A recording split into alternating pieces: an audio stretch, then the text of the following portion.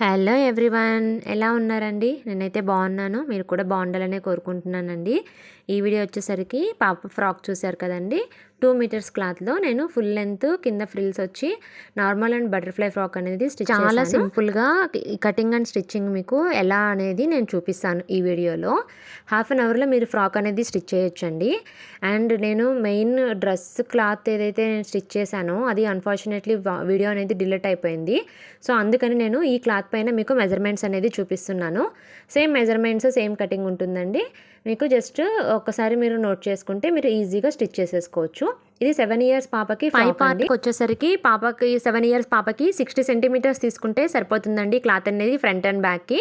So front and back పార్ట్కి 60 సెంటీమీటర్స్ని 4 folds కింద వేసుకోవాలి. 4 ఫోల్డ్స్ కింద వేసుకున్నాక నేను చూపించినట్లుగా ఇలా లెంత్ వచ్చేసరికి పాపకి పై పార్ట్ లెంత్ వచ్చేసరికి నేను 10.5 ఇంచ్ తీసుకున్నాను. 10.5 ఇంచ్ అంటే 10 ఇంచ్ వచ్చేసరికి నార్మల్ లెంత్, హాఫ్ ఇంచ్ వచ్చేసరికి ఖర్చుకి సరిపోతుంది. అండ్ లెంత్ వచ్చేసరికి 10.5 ఇంచ్. అండ్ పైన నెక్ షోల్డర్ వచ్చేసరికి షోల్డర్ కంప్లీట్గా 5 ఇంచెస్ తీసుకోవాలి. ఈ 5 ఇంచెస్లో నెక్ వచ్చేసరికి 2 ఇంచెస్, రిమైనింగ్ 3 ఇంచెస్ వచ్చేసరికి షోల్డర్ పార్ట్ ఉంటుందండి. చూడండి, నేను మార్క్ చేసినట్లుగా షోల్డర్ వచ్చేసరికి 5 ఇంచెస్ ఉంటుంది. నెక్ పార్ట్కి వచ్చేసరికి 2 ఇంచెస్ కట్ చేసుకుంటే సరిపోతుంది. రిమైనింగ్ 3 ఇంచెస్ వచ్చేసరికి మనకి షోల్డర్ పార్ట్ ఉంటుంది. సో టోటల్ లెంత్ వచ్చేసరికి 10.5 ఇంచ్ ఉంటుంది. ఇంకా హైట్ కనుక ఒకవేళ ఎక్కువ ఉన్న పిల్లలు కనుక అయితే ఒక హాఫ్ ఇంచ్ అనేది పెంచుకోవచ్చు. అండ్ ఇప్పుడు వచ్చేసరికి మనకి చంక పార్ట్ అండి. పిల్లలకి చంక పార్ట్కి 5.5 ఇంచ్ వరకు సరిపోతుంది, ఎగ్జాక్ట్లీ కరెక్ట్గా వస్తుంది. So 5.5 inch. And chest loose వచ్చేసరికి 7.5 ఇంచ్ పెట్టుకుంటే సరిపోతుంది. ఇది మీడియం సైజు ఉన్న పిల్లల వరకు అయితేనండి. ఒకవేళ కొంచెం బొద్దుగా ఉన్న పిల్లలు అట్లా కనుక అయితే వాళ్ళ బాడీ మెజర్మెంట్ని బట్టి ఒక్కసారి చెస్ట్ లూజ్ అనేది, నడుము లూజ్ అనేది మీరు యాజ్ పర్ మెజర్మెంట్ ప్రకారం తీసుకొని మార్క్ చేసుకుంటే సరిపోతుంది. మా పాప ఏజ్ ఏదైతే ఉందో మా పాప సైజ్ ప్రకారము నేను చెస్ట్ లూజ్ వచ్చేసరికి 7.5 ఇంచ్ అండ్ నడుము లూజ్ వచ్చేసరికి 7 ఇంచ్ అండి. సో దీనికి ఏంటంటే రిమైనింగ్ ఒక 1 ఇంచ్ అనేది ఎప్పుడైనా కానీ మనము ఖర్చుకు అనేది మార్క్ చేసుకోవాలి. ఓకే, చూడండి, నడుము లూజ్ వచ్చేసరికి 7 ఇంచ్, చెస్ట్ లూజ్ వచ్చేసరికి 7.5 ఇంచ్ అండి. ఎవరైనా కొత్తగా స్టిచ్ చేసుకునే వాళ్ళు కనుక అయితే నేను చెప్పే మెజర్మెంట్స్ అన్నీ మీరు నోట్ చేసుకొని కనుక కరెక్ట్గా మార్క్ చేసుకొని కటింగ్ చేసుకొని స్టిచ్ చేసుకుంటే సరిపోతుంది. నెక్ డెప్త్ వచ్చేసరికి 4 ఇంచెస్ సరిపోతుందండి. 3.5 కనుక అయితే ఇంకా కరెక్ట్గా ఉంటుంది. 4 ఇంచ్ అయితే కొంచెం కిందకు ఉన్నట్లు ఉంటుంది, మరి పైకి కాకుండా. సో 4 ఇంచ్ అయినా సరిపోతుంది.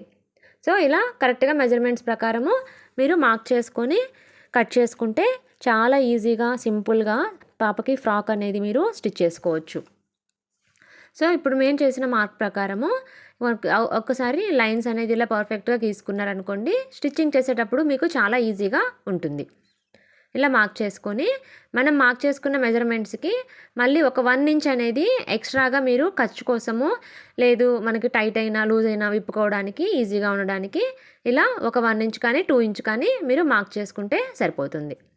సో ఇప్పుడు చంకపాటు దగ్గర మనకి రౌండ్ తిరగడానికి ఒక హాఫ్ ఇంచ్ అనేది మార్క్ చేసుకొని, చిన్నపిల్లలకి కాబట్టి 1 ఇంచ్ అవసరం లేదండి, హాఫ్ ఇంచ్ సరిపోతుంది.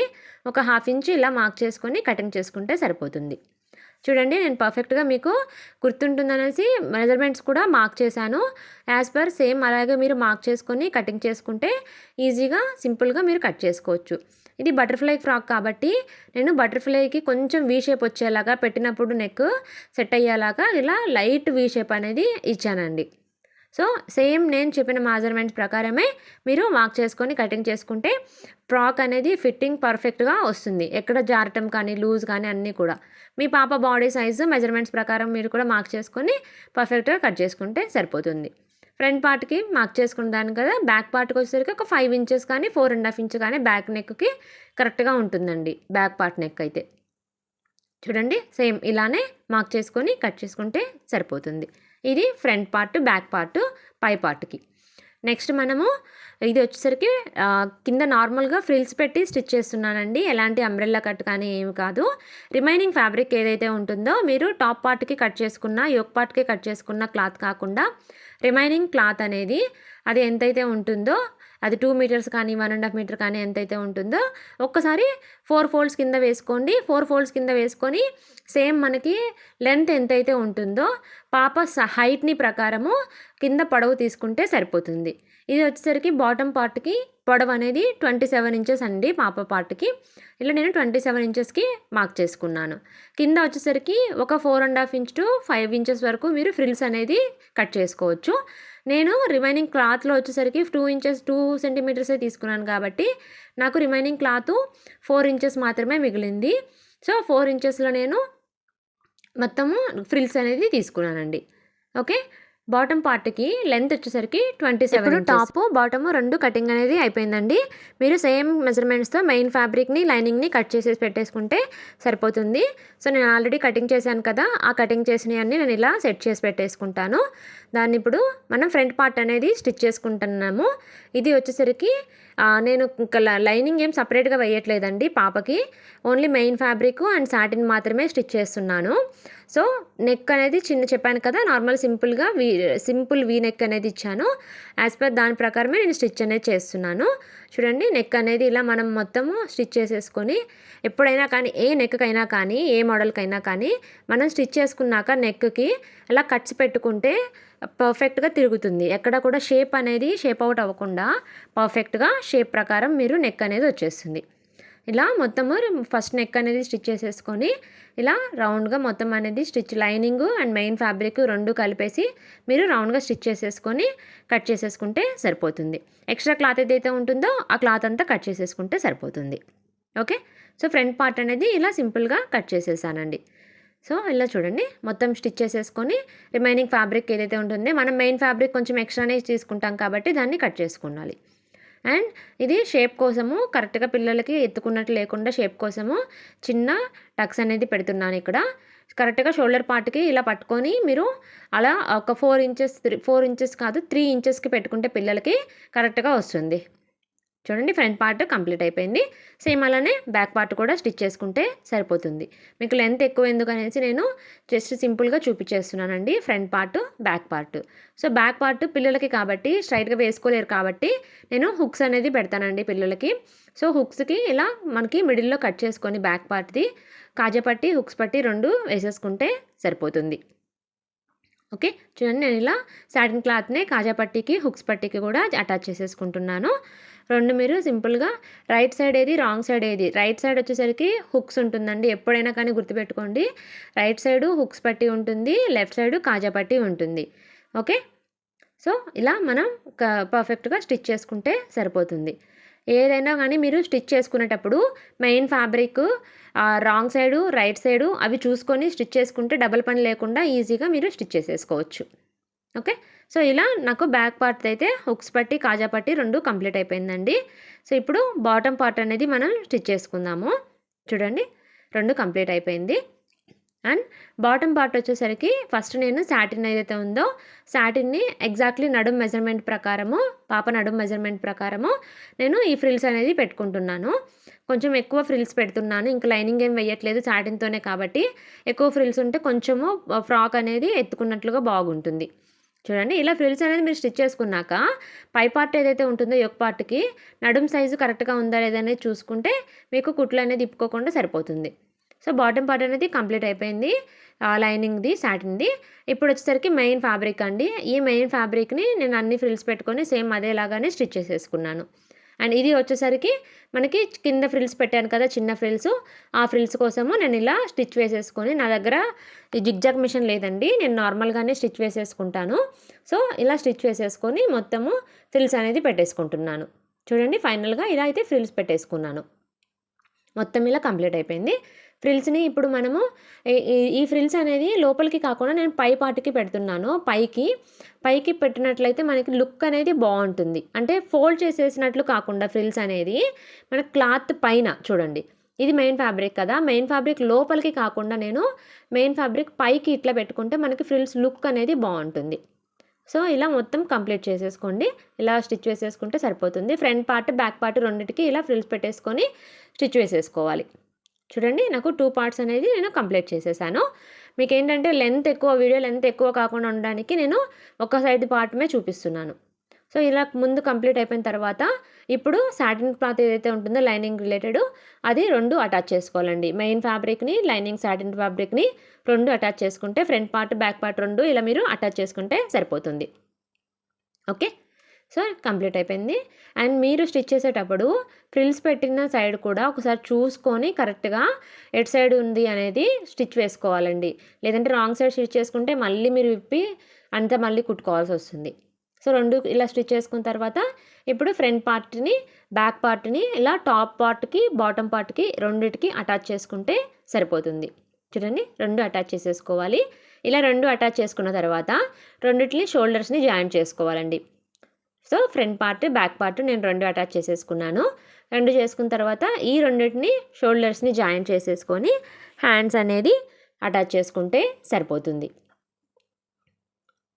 చూడండి.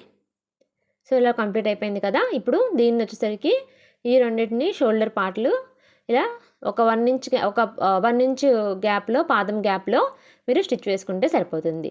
అండ్ నేను హ్యాండ్స్ కూడా ఏంటంటే నార్మల్ రెగ్యులర్ హ్యాండ్స్ కాకుండా చిన్న ఫ్రిల్స్ వచ్చేలాగా ఇలా పెడుతున్నానండి. మా పాప అలా కావాలన్నది అనేసి జస్ట్ సింపుల్గా దానికోసము నేను ఇలా సింపుల్ ఫ్రిల్స్ టైపే క్లాత్ తీసేసుకొని దాన్ని కూడా 2 టైట్స్ మడిచి ఇలా ఫ్రిల్ లాగా పెడుతున్నాను. హ్యాండ్స్ అనేది కూడా నార్మల్ హ్యాండ్స్ కాకుండా. సో మీరు ఎలాంటి మోడల్ కావాలనుకుంటే అలా మీరు కూడా స్టిచ్ చేసేసుకోవచ్చు. జస్ట్ సింపులే అండి. నార్మల్ ఫ్రిల్స్ పెట్టుకున్నట్టే క్లాత్ మన హ్యాండ్ మెజర్మెంట్ చెక్ చేసేసుకొని ఫ్రిల్స్ పెట్టేసుకొని ఇలా స్టిచ్ వేసుకుంటే సరిపోతుంది. హ్యాండ్స్ కంప్లీట్ అయిపోయిన తర్వాత సో ఇలా మనకి వచ్చేసరికి పాప బాడీ మెజర్మెంట్ ప్రకారము లూజ్ అనేది చెక్ చేసేసుకొని స్టిచ్ వేసేసుకుంటే కంప్లీట్గా సరిపోతుంది. సేమ్ అండి, నేను లాస్ట్ వీడియోస్లో అన్ని వీడియోస్లో చెప్తాను. మనం ఎప్పుడైనా ఫ్రాక్స్కి జాయిన్ చేసేటప్పుడు నడుము దగ్గరికి వచ్చాక కొంచెం కిందకు వచ్చాక ఫస్ట్ మనకి మెయిన్ ఫ్యాబ్రిక్ అనేది స్టిచ్ వేసేసుకోవాలి. ఇలాగా మెయిన్ ఫ్యాబ్రిక్ కంప్లీట్ అయిన తర్వాత మాత్రమే లైనింగ్ పార్ట్ అనేది జాయింట్ వేసుకుంటే ఫ్రీగా ఉంటుంది. ఓకే, ఫ్రాక్ అయితే కంప్లీట్ అయిపోయిందండి. అండ్ దీనికి నేను సింపుల్గా బటర్ఫ్లై పెట్టాను. ఈ బటర్ఫ్లైకి కూడా నేను పెద్ద మెజర్మెంట్స్ ఏం తీసుకోలేదండి. పాప డ్రెస్ కంప్లీట్ అయ్యాక నెక్ పైన ఒక పేపర్ అనేది పెట్టేసి ఆ నెక్ దగ్గర నుంచి మెజర్మెంట్స్ జస్ట్ నేను ఒక షేప్ అనేది గీసుకొని సో దాని ప్రకారం ఇలా మార్క్ చేసుకొని కట్ చేసుకున్నాను. ఒకవేళ ఎవరికైనా బటర్ఫ్లై అనేది కరెక్ట్గా ఎగ్జాక్ట్లీ మెజర్మెంట్స్ అది కావాలంటే నాకు కమెంట్ చేయండి. నేను నెక్స్ట్ వీడియోలో ఎగ్జాక్ట్లీ ఎలా మెజర్మెంట్స్ తీసుకోవాలి, ఎలా కట్ చేసుకోవాలి అనేది నేను నెక్స్ట్ వీడియోలో పోస్ట్ చేస్తాను. ఆల్రెడీ మీకు చెప్పాను కదండి, నేను మెయిన్ ఫ్యాబ్రిక్ ఇది కటింగ్ అండ్ వీడియో అనేది కూడా తీసాను బట్ మెజర్మెంట్స్ ప్రకారమే. బట్ అన్ఫార్చునేట్లీ ఆ వీడియో అనేది డిలీట్ అయిపోయింది. సో అందుకని నేను మీకు ఎగ్జాక్ట్లీ ఇందులో చెప్పలేకపోతున్నాను. ఒకవేళ ఎవరికైనా కావాలి అంటే నాకు కమెంట్ చేయండి, నేను కంపల్సరీ మీకు వీడియో అనేది షేర్ చేస్తాను మళ్ళీ. సో ఇలా నేను ఏదైతే షేప్ అనేది తీసుకున్నానో దాని ప్రకారము ఇది కెన్ తీసుకున్నానండి నేను లోపల ఫిట్గా ఉండడానికి బటర్ఫ్లై షేప్ అనేది. కెన్ తీసుకుంటే ఏంటంటే మనకి నార్మల్ షీటు అయితే క్లాత్ టైప్ ఉంటుంది కాబట్టి అది వాష్ చేసినప్పుడు మడుచుకున్నట్లు కాకుండా ఫిట్గా ఉంటుంది కెన్ కనుక అయితే. సో ఇలా నేను చూపించినట్లుగా మొత్తం స్టిచ్ వేసేసుకొని ఇలా రివర్స్ చేసుకుంటే సరిపోతుంది. మొత్తం రివర్స్ చేసేసుకొని ఇట్లా అంటే కొంచెం చివర్ల దగ్గర మాత్రము ఓపెన్ ఉండాలండి, స్టిచ్ వేయకుండా. ఓపెన్ నుండి దాన్ని ఇలా రివర్స్ షేప్ అనేలాగా చూసుకొని సో ఇలా 2 అనేది కంప్లీట్ అయిపోయాయండి. 2 పార్ట్స్ కంప్లీట్ అయిపోయి దీన్ని మధ్యలో అటాచ్ చేసుకుంటే సరిపోతుంది. మీకు ఏదన్నా సో కంప్లీట్ అయిపోయిన ఇలా కొంచెం నొక్కినట్లుగా నార్మల్ ఇది నేను దీనిపైన డిజైన్ చేసేసరికి నార్మల్గా మనం బ్యాక్ థ్రెడ్స్ కడతాం కదండి, చేసుకుంటే ఆ థ్రెడ్స్ రెడీమేడ్ ఉంటాయి కదా మనకి షాప్లో. అది సిల్వర్ కలర్ తీసుకున్నాను థ్రెడ్ అనేది. దాన్ని నేను ఈ షేప్లో మొత్తం నార్మల్ బటర్ఫ్లై ఇలా మా పాప కరెక్ట్గా నాకు మార్క్ పేపర్ పైన డ్రా చేసి నాకు ఈ షేప్లో కావాలి మమ్మీ అని అడిగింది. సో అందుకని నేను ఇలా ఈ షేప్లో నేను స్టిచ్ చేశానండి. చూడండి, దానికి నేను ఇలా థ్రెడ్ అనేది పెట్టి అటాచ్ చేసి వీటికి నేను బటర్ఫ్లైస్ కూడా విడిగా కొన్నాను. ఆ బటర్ఫ్లైస్ అండ్ మిర్రర్స్ కొంచెము బ్రైట్ లుక్ కోసము ఇలా అన్నీ కూడా గ్లూతో నేను అటాచ్ చేసేసి మొత్తం డిజైన్ చేశానండి. సో ఫైనల్ లుక్ అయితే నాకు బాగా వచ్చింది. ప్లెయిన్ డ్రెస్ బాగుంది అండ్ బటర్ఫ్లై లుక్ కూడా బాగా అనిపించింది. సో మీకు ఎలా అనిపించిందో నాకు కమెంట్ చేయండి. మన ఛానల్లో ఆల్రెడీ పెద్దవాళ్ళకి frills frocks and long frock frills frocks అన్నీ కూడా నేను ఆల్రెడీ లాంగ్ వీడియోస్ అనేది షేర్ చేస్తున్నాను. ఒక్కసారి కొత్తగా చూసే వాళ్ళు కనుక అయితే వీడియో అనేది ఒక్కసారి చూడండి. అండ్ ఈ వీడియో మీకు నచ్చినట్లయితే లైక్ చేయండి, షేర్ చేయండి, ప్లీజ్ సబ్స్క్రైబ్ చేసుకోండి.